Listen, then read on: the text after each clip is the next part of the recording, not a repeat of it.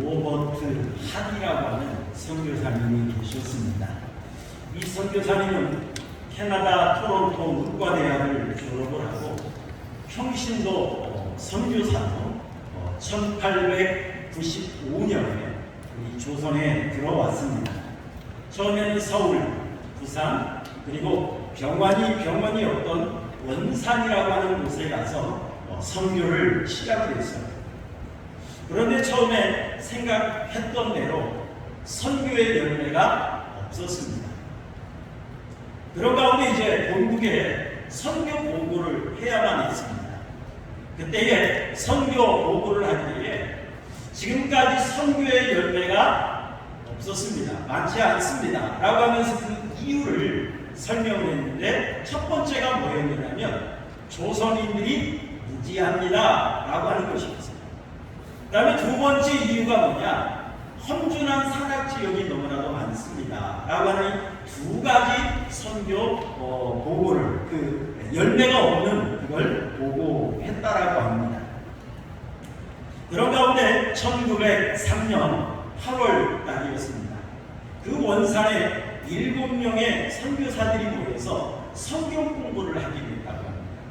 성경 공부를 하던 가운데 1903년 8월 30일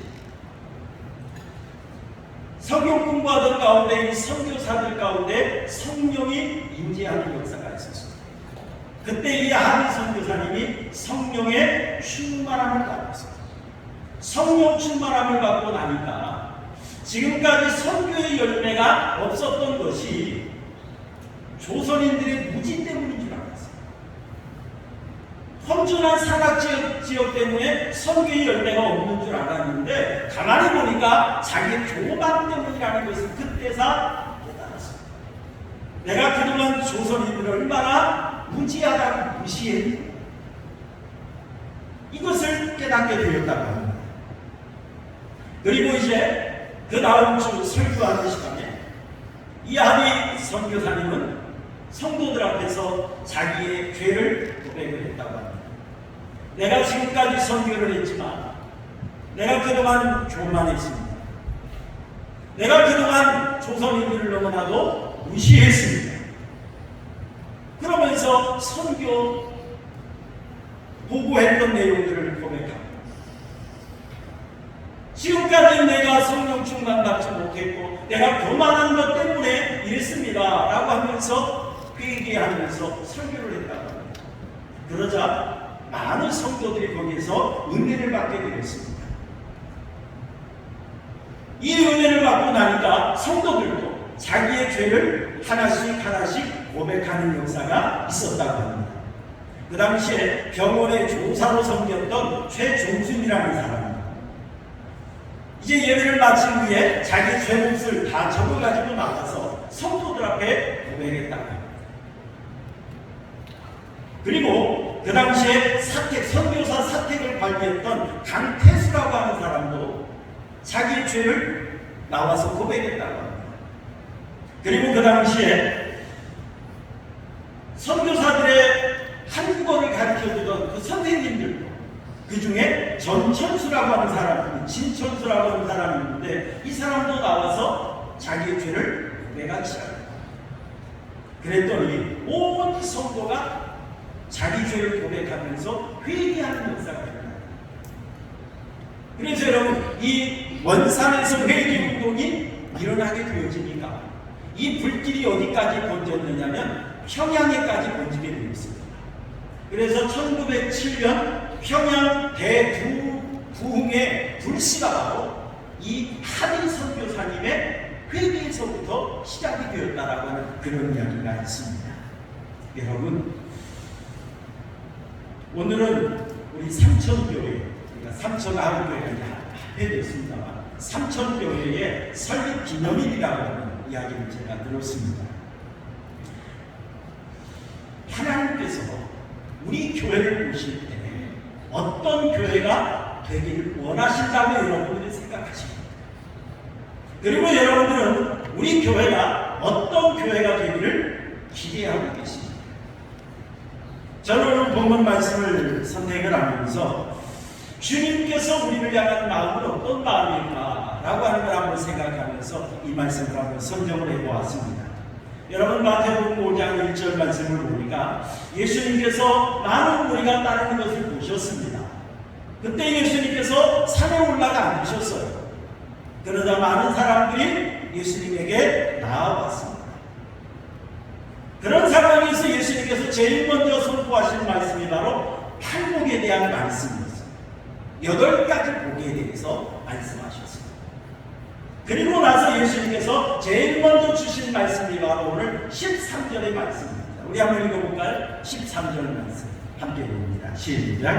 너희는 세상의 소금이 만일 그 맛을 잃으면 무엇으로 짜게 하며 후에는 아무 쓸데없어 다만 밖에 버려져 사람들에게 밝힐 뿐이니라 라고 말했습니다.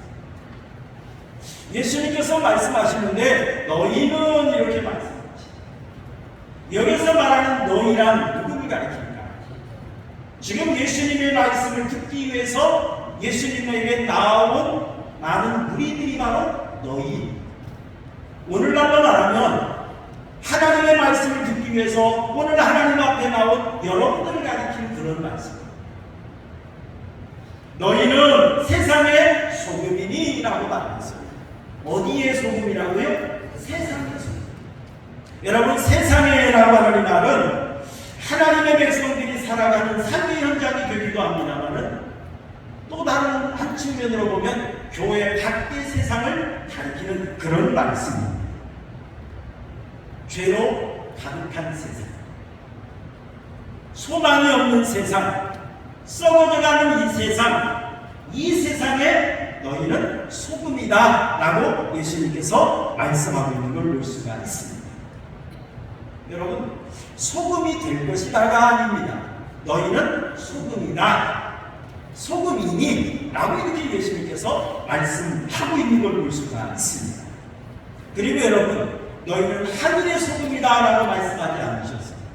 너희는 세상의 소금이다 이렇게 말씀하셨던 걸 볼 수가 있습니다. 여러분, 소금이 녹아야 할 것은 어디일까요? 소금이 필요한 것은 어디일까요?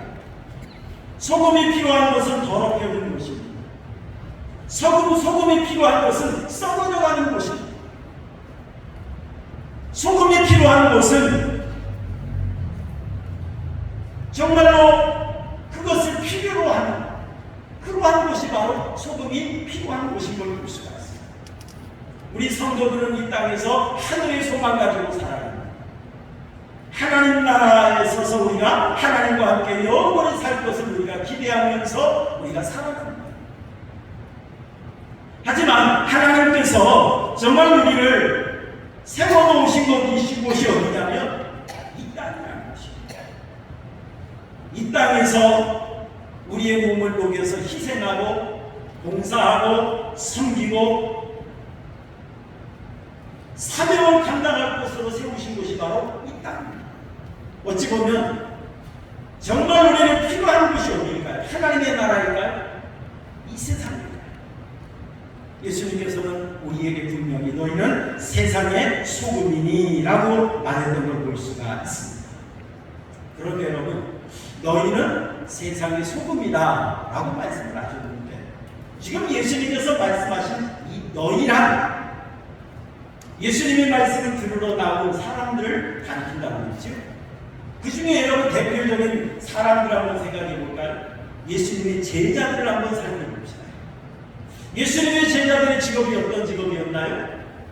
어부들이 많았어요. 거기에는 열심당원도 있었어요. 거기에는 나라의 반역자라고 지탄받았던 세리와 죄인들도 있었어요. 어찌 보면 세상의 상류층이 아니었어요. 평민들이었고 하류인들이었던 걸 볼 수가 있습니다. 거기에 나온 사람들은 아마 병든 사람도 있었을 것입니다. 삶에 찌들고 갈급한 그런 무리들도 있었을 것입니다.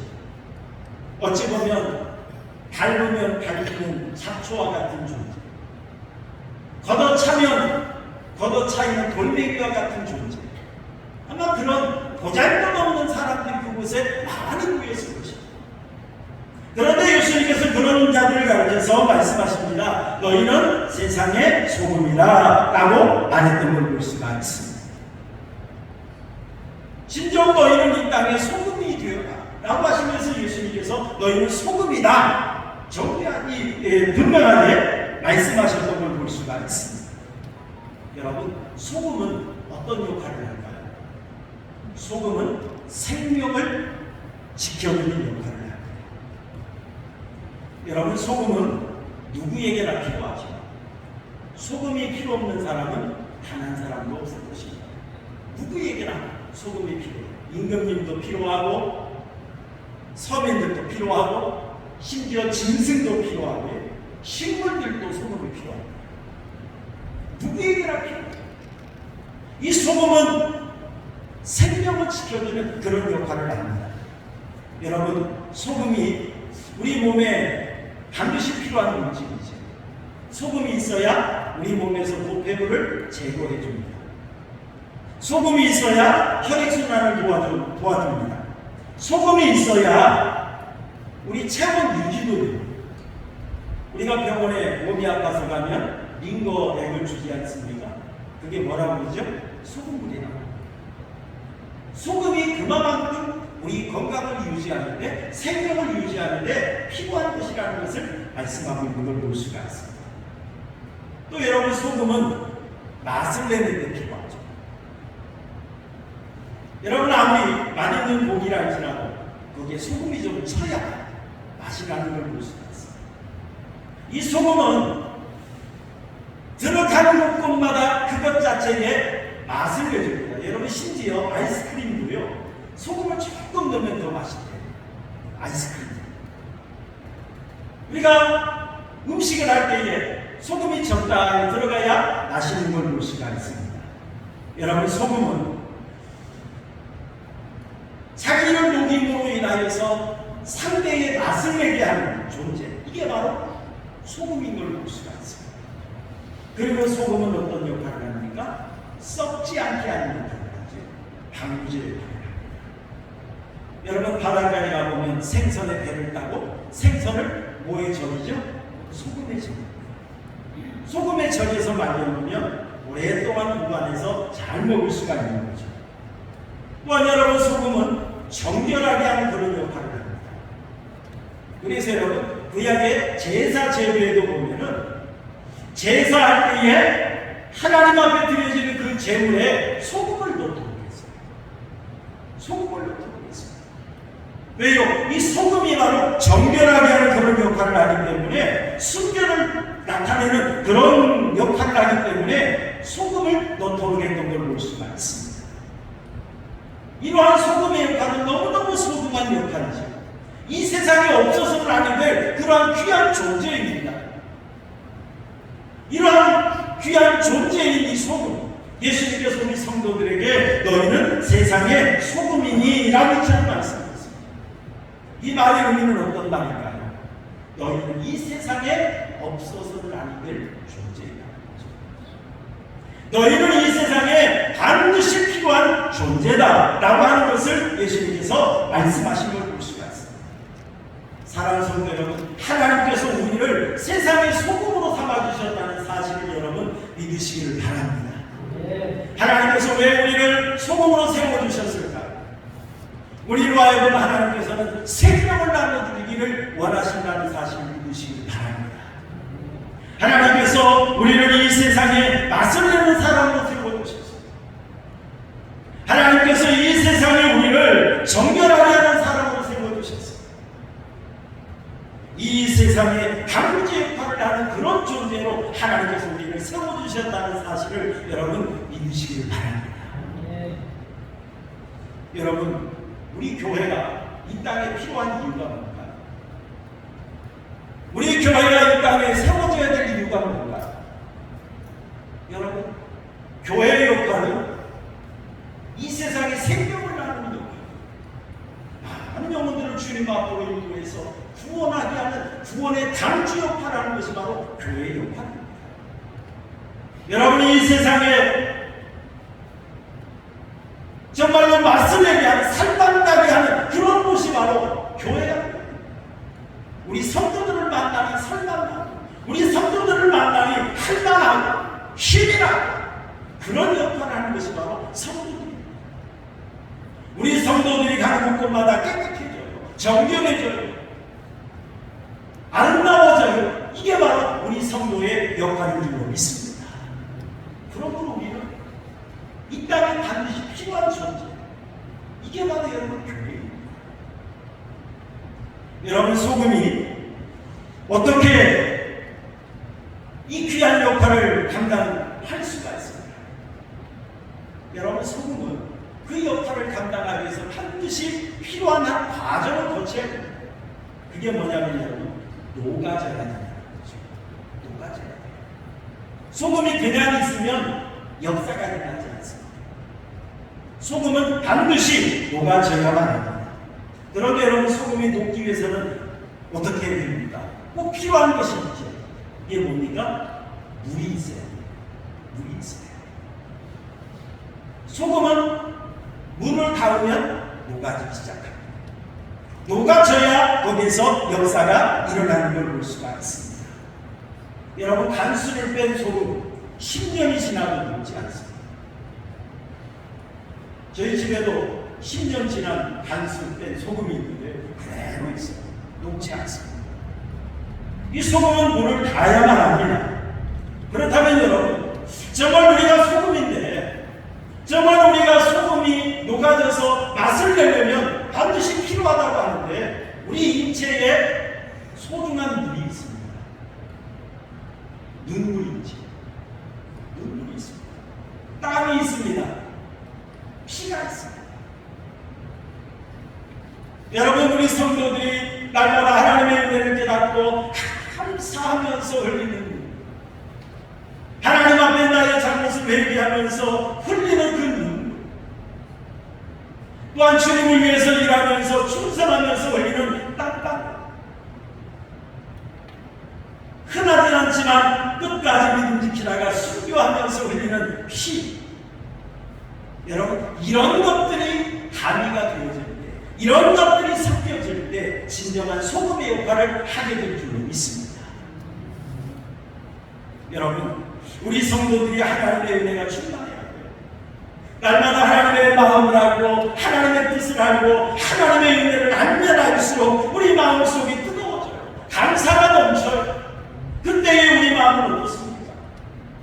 정말 치마는 눈물을 흘릴 때가 있잖아요. 너무너무 하나님의 은혜에 감사해서 이 은혜를 내가 어떻게 하면 보답할까? 어떻게 하면 이 은혜에 감사한 마음으로 주님을 위해서 내가 일할 수 있을까?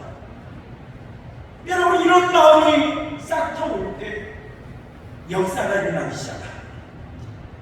은혜가 감사하니까 기쁨이 있으니까 주님을 위해서 일하는 거 힘들지 않아요.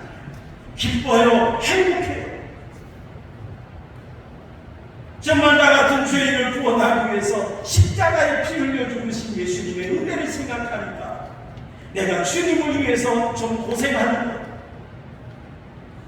그건 고생이 아니라 너무나도 감사한 일이라고 생각하니까 기쁨으로 모든 일을 감당할 수가 있는 것입니다. 여러분 정말 주님의 구원의 은혜에 감사하니까 순교자의 길을 걸어갈 수가 있는 거예요. 순교자의 길을 걸어갈 수가 있는 것입니다. 여러분 십자가의 길은 결코 쉬운 길이 아닙니다. 십자가의 길은 말로만 걸어갈 수 있는 길이 아닙니다. 눈물 없이는 못 가는 길이에요. 땀 흘리지 않고는 걸어갈 수 없는 길이에요. 피 흘림이 없이는 갈 수 없는 길. 그 길이 바로 여러분 십자가의 길인 줄로 믿습니다. 이게 바로 십자가예요. 여러분 우리 예수님의 삶은 어떠셨나요? 우리 예수님은 하나님이셨습니다. 우리 예수님은 너무나도 고귀하신 분이십니다. 그런데 예수님은 이 땅에서 어떤 삶을 사셨습니까? 아주 비천한 삶을 사셨습니다. 고귀하신 분이시지만 아주 값싸게 살아가셨습니다. 우리 말씀을 한번 읽어볼까요? 마가복음 2장 16절 우리 한번 읽어볼까요? 마가복음 2장 16절 함께 봅니다. 시작. 바리새인의 서기관들이 예수께서 죄인 및 세리들과 함께 잡수시는 것을 보고 그의 제자들에게 이르되 어찌하여 세리와 및 죄인들과 함께 먹는가 라고 했습니다. 이 서기관들이 예수님에게 묻습니다. 예수님께서 죄인과 세리와 함께 잡수시는 그 광경을 보고 제자들에게 묻습니다. 어찌하여 세리와 죄인들과 함께 먹느냐? 그러면서 이 제자들에게 질문했던 걸 볼 수가 있습니다. 죄인들과 함께 먹느냐? 자, 이 말이 무슨 말이겠습니까? 왜 세리와 죄인들이 친구가 되느냐? 왜 저렇게 천박한 사람들과 함께 있느냐? 그런 말입니다. 왜 시골 촌뜨기 사람들과 함께 부실부실하게 사느냐? 그런 말이 되기도 합니다. 우리 예수님이 너무나도 고귀하신 분이시죠. 하나님이시다. 얼마든지 영광 받으실 수 있는 그런 분이시다. 그런데 예수님이 찾아간 사람들은 어떤 사람들이었습니까? 죄인들이었어요. 세리들이었어요. 병든 자들이었어요. 천박한 사람들이었어요. 그런 자들을 예수님은 찾아가셨던 걸 볼 수가 있습니다. 예수님은 누구든지 가리지 않았습니다. 예수님은 버림받은 자들을 찾아가셔서 그들의 친구가 되어주셨습니다. 병으로 고통당하는 자들을 찾아가셔서 어루만져 주시고 치유해 주셨습니다. 여러분, 예수님 삶이 소금과 같은 삶을 사셨다는 것입니다. 예수님의 삶, 얼마든지 하늘의 영광 보좌에서 찬양과 영광 받으실 수 있는 그런 분이 가장 낮은 자리, 소금과 같이 낮은 자리, 인간의 몸을 입고 이 땅에 찾아오셨죠. 하나님이신 예수님이 당신의 몸을 십자가에 내어 붙이고 채찍에 맞아서 달리가기 찢기시고 피 흘리고 누더기가 되어지고 십자가에 달려서 극악무도한 죄인들만이 달리는 십자가에 달려서 마지막 물 한 방울, 피 한 방울까지 다 쏟으신 분이 바로 예수님이십니다. 여러분, 허물과 죄로 말미암아 죽었던 죄인들을 구원해서 생명의 길로 인도하기 위해서 예수님께서 당신의 몸을 소금과 같이 녹이셨던 분이 바로 예수님인 줄로 믿습니다. 여러분, 이러한 예수님께서 우리를 구원하시고 이러한 예수님께서 우리를 예수님의 사랑으로 부르시고 우리에게 맡겨주신 사명이 있습니다. 그게 뭐냐? 너희는 세상의 소금이다 라고 말씀하십니다. 소금의 역할을 감당하기 위해 예수님은 당부하신 그런 말씀입니다. 너희가 소금의 역할을 해라 라고 말씀하시는 그런 말씀을 볼 수가 있습니다. 여러분, 2004년 12월 26일 58분 53초 진도 9.1에서 9.3의 해저 지진이 동남아시아에서 발생을 했습니다. 그 지진으로 인해서 스리랑카, 몰디브, 인도, 태국, 말레이시아, 인도네시아, 싱가포르, 아프리카 소말리아까지 큰 피해를 입었습니다. 지진의 힘으로 인하여서 28만 명이 사망했습니다. 여러분, 28만 명이라면 전주시로 반정입니다. 엄청난 익산시로 비슷한 거예요. 28만 명이 사망하는 그런 엄청난 사건이 발생했습니다. 우리 사진 한번 올려보시고요. 예. 이 엄청난 이 지진에 의해서 또 한 번 올려보시면 이렇게 수많은 사람들이 사망했습니다. 그런데 그때 한 초등학생이 지리 시간에 배운 지식으로 인하여서 수많은 사람을 살리는 그런 사건이 있었다고 합니다. 가족과 함께 이 틸리 스미스라고 하는 영국 초등학교 여학생인데요. 가족과 함께 여행을 갔는데 갑자기 바닷물이 썰물처럼 쭉 빠지는 그 광경을 목격을 했다고 합니다. 그때 이 스미스라고 하는 여학생은 진 시간에 배운 것을 떠올렸어요. 갑자기 바닷물이 썰물처럼 쭉 빠지는 것은 해일이 일어날 징조다라고 하는 것을 깨닫게 되었습니다. 그리고 그것을 엄마 아빠한테 이야기를 합니다. 그랬더니 엄마 아빠는 호텔 관계자에게 이야기를 했고, 호텔 관계자는 방송, 곧 해일이 일어나는 빨리 피신하십시오. 그렇게 해서 100여 명의 관광객이 그곳에 있던 사람들은 단 한 사람도 피해를 입지 않고 다 사는 그런 역사가 있었단 말입니다. 여러분, 초등학생의 짧은 지식이 하나예요.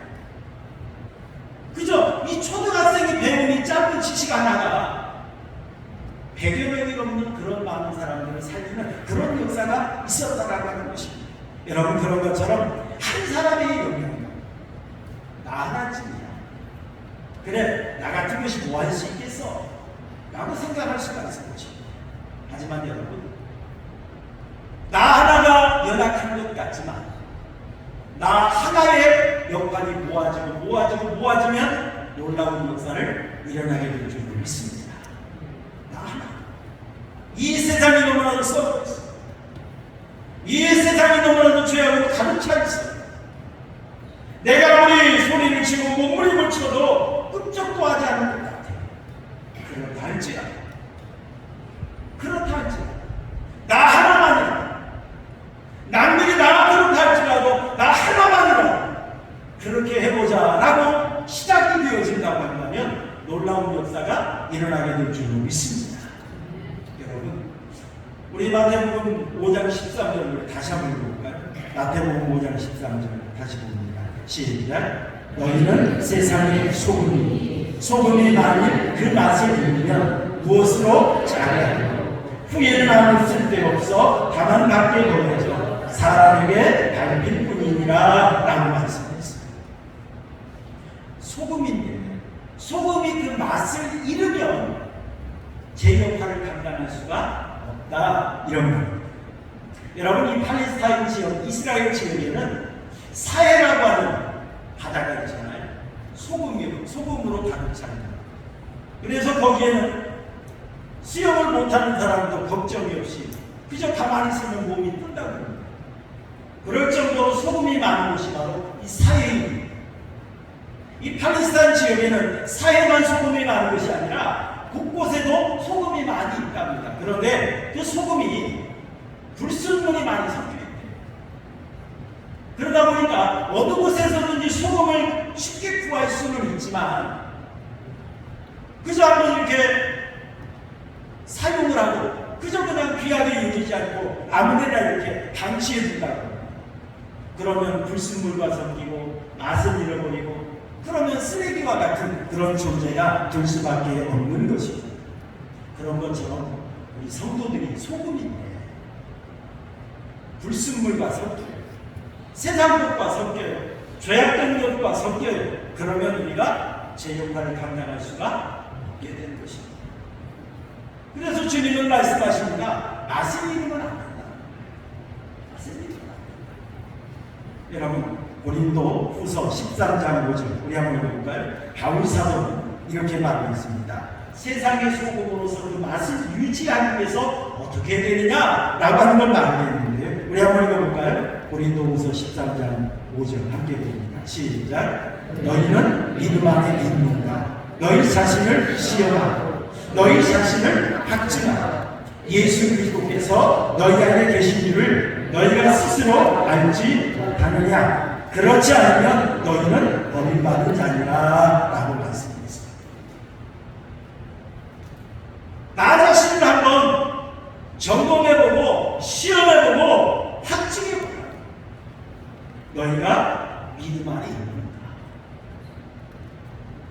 너희가 정말로 참된 믿음 가지고 있는가? 너희가 정말로 하나님의 참된 은혜와 그 사랑을 알고 있으며 얼마나 느끼고 있으며 누리고 있는가? 얼마나 확신하고 있는가? 한번 시험해보고 확실하게 증명해보라 라고 말했던 걸 볼 수가 있습니다. 사랑하는 성도 여러분, 항상 우리는 깨어서 우리의 믿음을 점검해봐야 됩니다. 나의 예수님께서 나 같은 사람을 불러서 너희는 세상의 소금이다 라고 말씀하시면서 귀한 사명을 주셨습니다. 우리 교회에도 이 사명을 주셨습니다. 얼마나 우리가 이 사명을 인식하고 있고 얼마나 이 사명을 감당할 수 있는 믿음과 능력이 나야 됩니다. 그리고 얼마나 이 사명에 분명한 목적을 가지고 우리가 살아가고 있는가 우리는 한번 점검해 봐야 될 줄 믿습니다. 사랑하는 성도 여러분, 하나님께서 우리를 세상의 소금으로 세워두셨습니다. 하나님께서 우리로 하여금 이 세상에 생명을 나누는 자가 되게 하셨습니다. 하나님께서 우리를 이 세상에 맛을 내는 자가 되게 하셨습니다.